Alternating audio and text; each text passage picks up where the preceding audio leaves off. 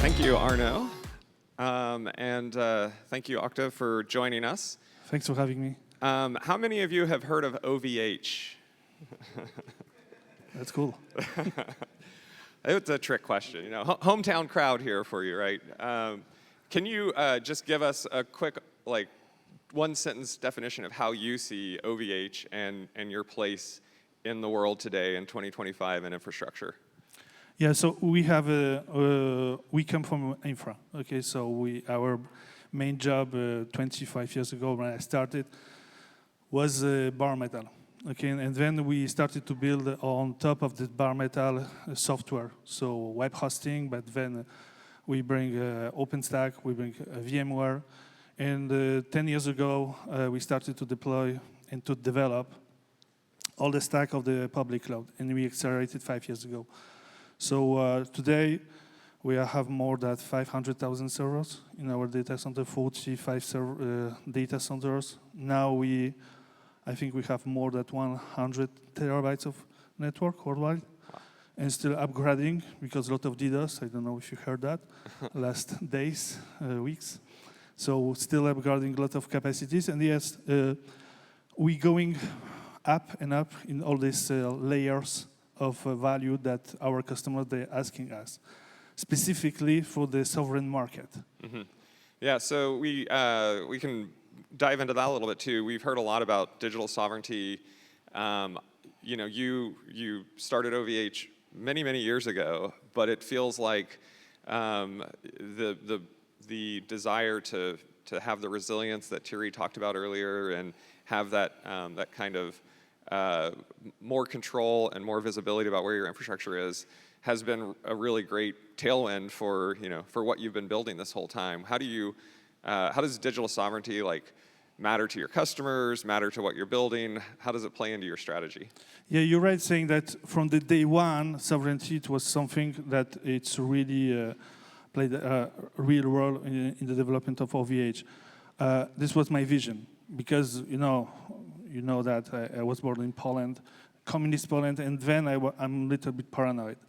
Okay, and so this is why and how I build OVH from the subsidiaries point of view, country point of view. When we went to Canada, US, we set up the walls, legal, fiscal, etc. as the paranoid guy, and now it's okay. The name is sovereign. Okay, for that. But it allows us to deliver this highly protection hosting and all the services with the really high isolation, fiscal, legal isolation that now a lot of customers they are looking for. Why? Because we know, and it was my vision that after, okay, maybe we've been living this 20 years about the global world, but from my perspective, I didn't believe that. Okay, yeah. So my vision was that at some point it will be again the countries, the small regions, and we will not have the global world. Okay, this is not what we and are. that was really I would say bucking the trend of the early days of cloud, which I've always really admired OVH as a company because of how you are. You don't just do what everybody else is doing. You know, you've designed your own hardware you systems have to look for and the value. Yeah, and I think when people thought that we were just going to have a handful of hyperscalers and they were going to be the major U.S. companies, you didn't buy into that, and you continue to invest. And I think it's we see that paying off now, and other people realizing that this is not a safe way. Somebody said, I think it was Andy Grove, "Only the paranoid survive." That was his book, right? So this is it was very prescient of you to take that stance. Yeah, thank you. And it was visionary, okay, but still OVH it's built in this way. Example, 2 years ago, 3 years ago, of course we can talk about water cooling, a lot of things that we started years ago, okay, 20 years ago. Now everybody started to use water cooling with the AI, with GPS, etc. But for example, very recent development. We started 2 years ago a development of what we call today OPCP, on-prem cloud platform. Mm-hmm. Okay, what's the dream? What was the need? I wanted to put in a small rack, in one EU, one server, all 20 years of OVH, and scale down everything that we built, and scale down just to few containers in one server, and be able to take that and to deploy wherever the customer they want. So we started the development of that 2 years ago with a small team, 30 guys, very smart guys, 30, but small. And I wanted that highly secured.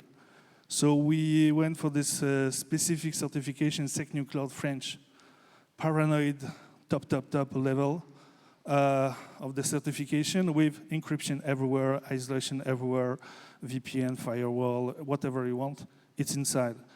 So we built the first level that allowed us to manage data centers. So you have inventory, you have servers, you have KMS, you have IAM, you have observability, you have network, and you have everything to scale really low level of your data center. The beauty of that is that it scales from half of the rack up to 100 racks and more. So we can deploy that in the factories. We can deploy that in the warehouses. We can connect that with 5G, private 5G, with robots, with drones. Mm-hmm. And we can bring AI wherever you want. So now, for the last 1 year, we started to build the second level of that. We call that Cloud Store.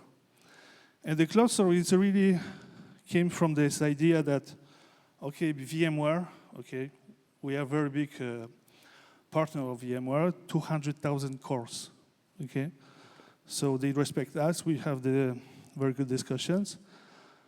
But still, a lot of customers, they don't like them anymore, let's say that. What and how we can bring different platforms in one place and allow our customers to migrate or to use easier different technologies in the same time.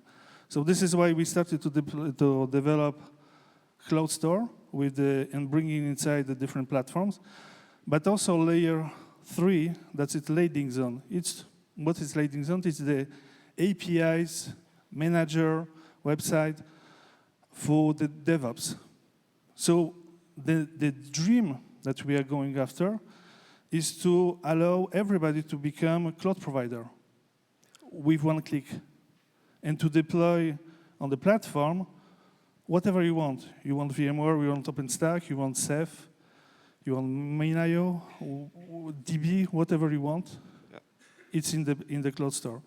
So on the layer 2, you have the people that manage that, and then you have the customers that they can use that, all connected together with IAM, KMS, observability, and the stuff like that. So also this kind of development, it's now everybody wants that. Why? Because we had these 2 events last 12 months.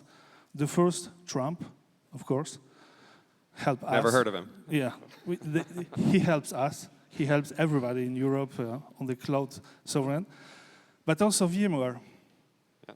Okay, because a lot of customers, they had in the mind, they're saying, okay, I go to the public cloud, but if I want, I can go back to my data center to on-prem. Mm-hmm. Now, it's more tricky. It's more complex. And I think those 2 things combined with AI, which is just creating more infrastructure demand than ever before, I think that's a really interesting combination of effects.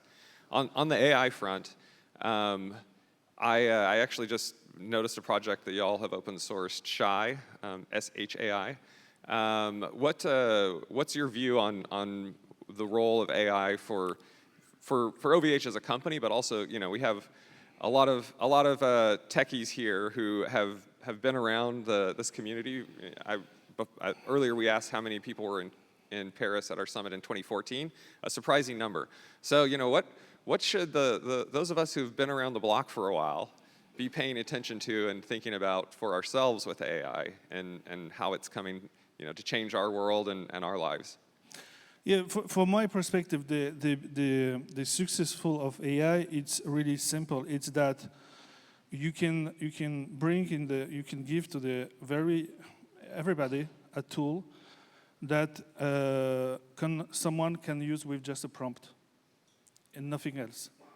So we simplify the way to have the access to the compute, storage, and whatever you want.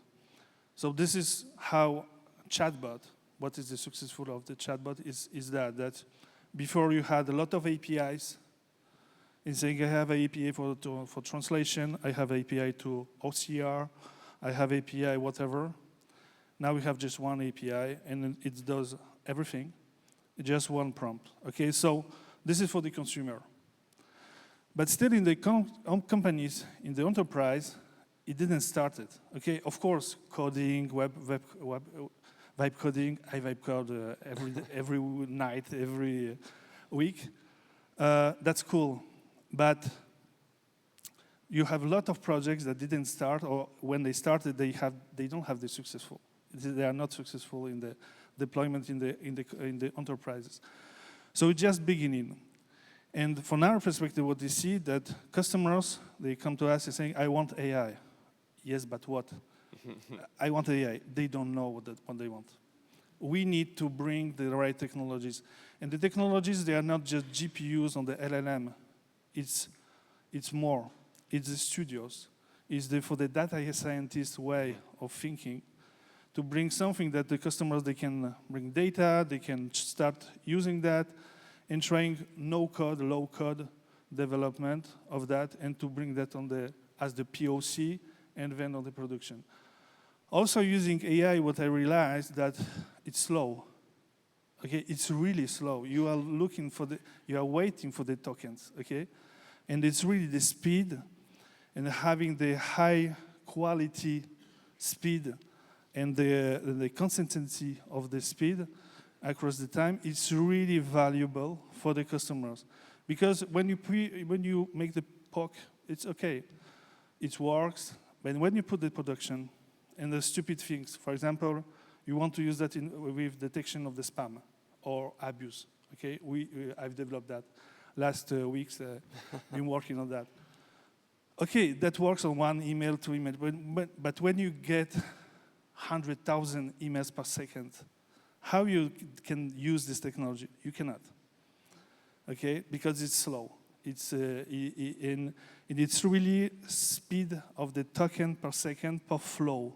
It's not global, it's per flow. It's like in the network. Okay? Yeah. So all these technologies, it's really, for me, it's really just the beginning. And we need to bring infra, but also the highest level of the tools in the enterprise. And we have this kind of the request from our customers. They want AI for the very sensitive data, but also they want the tools to use this data in the very specific way that even some customers, they don't want to tell us nothing. Okay, it's just give us the technology. We will not tell you anymore anything about that.